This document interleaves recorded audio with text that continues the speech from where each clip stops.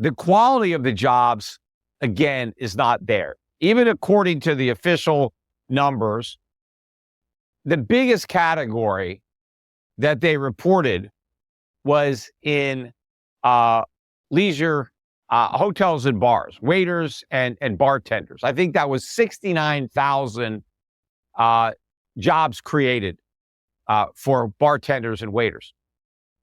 Now, the interesting thing I think about these jobs is I think a lot of these jobs are part-time jobs that went to people who need second and third jobs, because also in the numbers, we found that the number of people holding down multiple jobs hit a new all-time record high in September.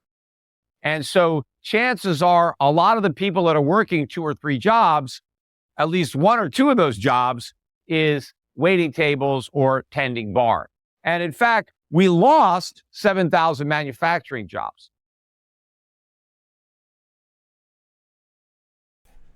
We lost 7,000 manufacturing jobs in the U.S. We've been losing jobs for a while, but they keep coming out with these reports saying, you know, we got 100,000 new jobs, 200,000 new jobs. Yet the vibe from the people don't seem that way, bro. Right? So it's a classic spinoff where they're counting any job. You understand? It may not be to your standards, so don't take the word job. This is Edward Benet's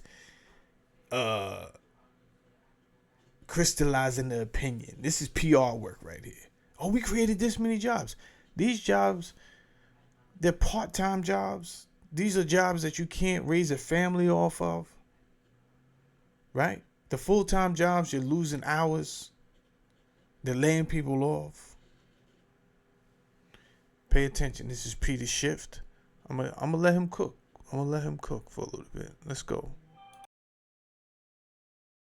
That's not as bad as the 27,000 that we lost in the prior month. That was actually a revision to a lower. They initially said minus 24,000. It was minus 27,000. Probably quite a few of the unemployed manufacturing workers are. My fault. I thought he said 7,000. He said 27,000 manufacturing jobs. Oof.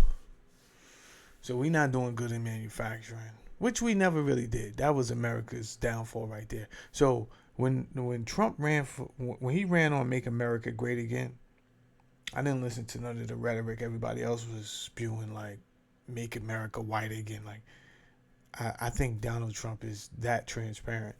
Well, he'll just say that if that's what he means, right? He had some joint the other day where he was like, "Where my gays at? Where's the gays for Trump?" And then one of the dudes raised his hand. He was like, "Yeah, you don't look gay. You don't look." And Trump is hilarious. You understand? But he's that transparent. He was at some type of rally the other day for saying, "Yo, the Jews give me money, so you know I do what they say." But it's his transparency that I respect. You understand? I may not respect why he does things, or you know, but the fact that he would just blatantly come out and say things, it's kind of like you got to. I'm going to take that every time over someone smiling in my face, lying to me, telling me jobs are good, telling me everything is fine, like we've seen Biden do. Right? The economy is fine. And then the economy is, you like, what, where are you living at, bro? Now you start no type of conspiracies where the people think you a robot because you so out to lunch, right? Then they're going to blame it on your dementia.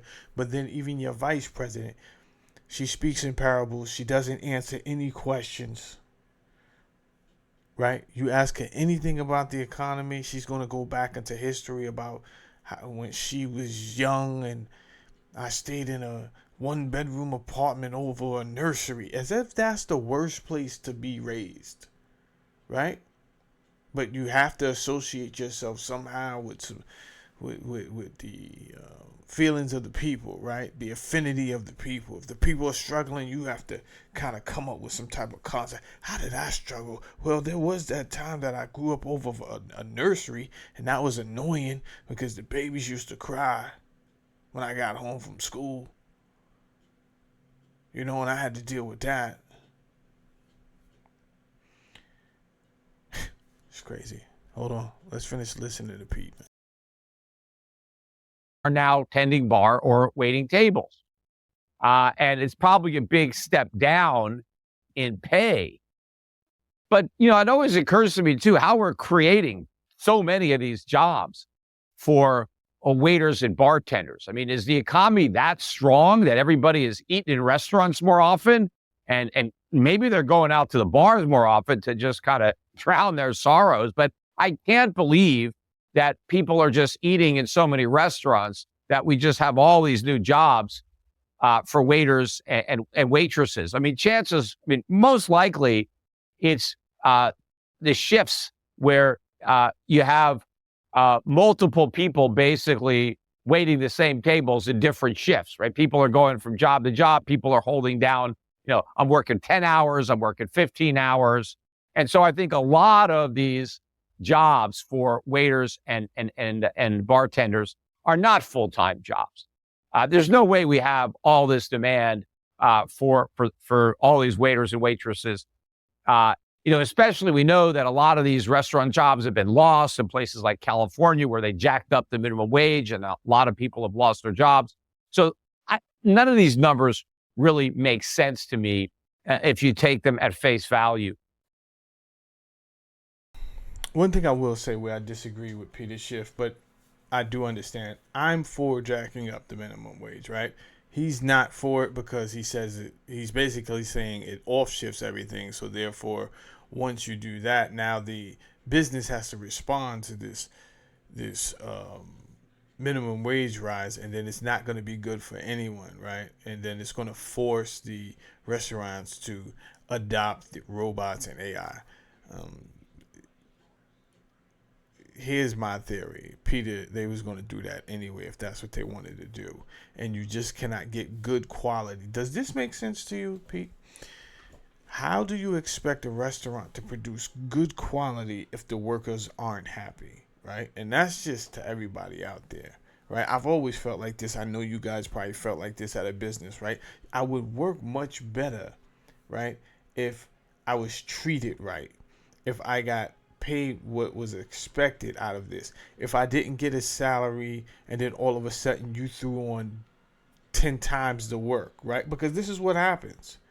But if you gave me a salary that was fair, you didn't give me over excessive work, over demanding work outside of the scope of what should be for that position, then chances are you're going to get some really happy workers, and then they're going to crank out the best quality of work, right? So you're going to get the best waiters, you're going to get the best chefs, you're going to get people that not dealing with so much trauma.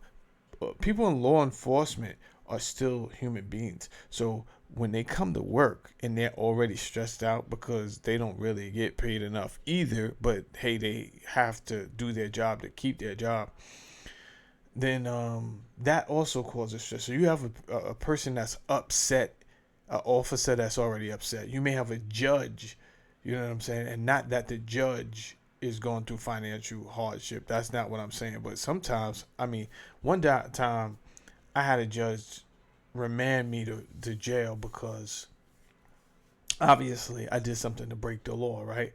But it was what I did I could have been odd, right? I could have been released on my own recognizance because it really had something to do with traffic. And I came in to pay the ticket so that I could take the police test. And it was a black judge, and my lawyer told him he came to pay the ticket. And judge was like, nah, he's going to jail for a traffic ticket. You know what I'm saying? So he was like, but Your Honor, he's going to take the police test tomorrow. He was like, he's not going to take the test tomorrow. So, I seen him years later at a party, and I told him, I expressed to him what that did to me. That was kind of crazy. Anyway, listen, y'all. My name is Jamel Saladin. This is the Poker Face Society. Hit the like button. Hit the subscribe button. You heard me? Peace out.